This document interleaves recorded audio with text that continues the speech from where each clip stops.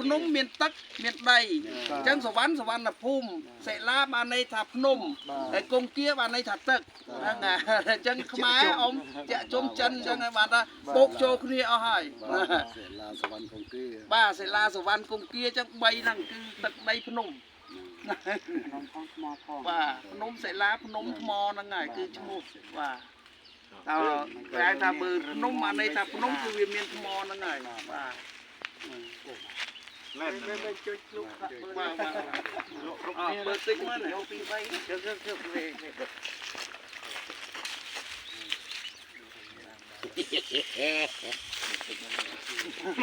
អូយបែបអែមដូចទឹកខ្នោតតើតែខ្នោតទេបាទណាឆ្ងាញ់ដូចចូលមកបើទៅมันติดទៅពីណាដាក់ប្រមាណបានប្រមាណដាក់ប៉ុណ្ណឹងអត់មាននេះទេអែមទៅដូចស្រា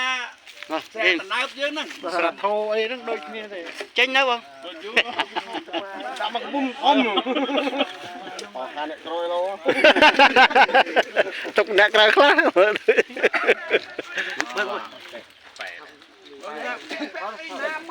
ត់មកចំនោះស្អាតទៅឲ្យនៅឆ្លៃទៅឆ្លាតមួយពឺតមួយតែយកទីមេเลยបានយកអាវបោះទៅវិញទៅសោះទៅវិញបានហើយ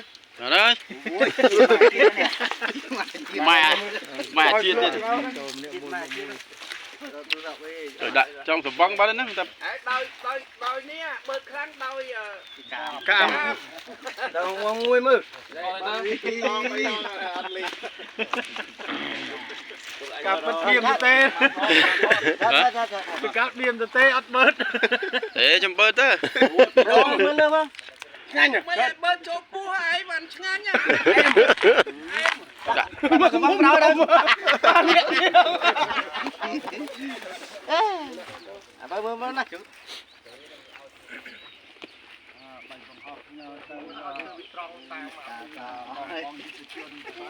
អីបែបពោះជាងគេមែនបើដល់ញ៉ាំទៅ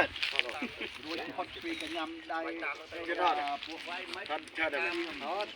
បានត្រឡប់មកណាទៅមកពោះមិនទេអូដាក់បាច់ដឹងត្រង់ឃ្លៀមនេះអែមនេះគឺចង់ដាក់មួយទៀតតែមានអីដាក់ពីខ្ញុំចាប់បាហេណោតែខ្ញុំហេណោបាខ្ញុំងាប់បែពុតចាប់បើតែខ្ញុំអាចចំដងទៀតនេះចំដងទៀតនោះមែនបាយមុនហ្នឹងទៅបានបើកឡានក្នុងប្រកាប់ដងនេះដង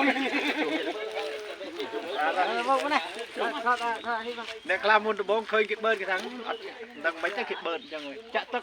អានេះអីក៏ដាក់អត់ជឿពោះទេយើងទឹកប្រោយើងជួយដងទៅមកបើទឹកទលេទឹកអីក៏អត់ចាប់មុតបឺតកាទៀតទៅតឡាទៅម៉ាននេះទៅសាយទៅម៉ាននេះបាទហើយចឹងហ្នឹងអ្នកក្រោយចាបាទខ្ញុំទៅហៅទូតិចបាទគ្នាបើតាមសិនរុក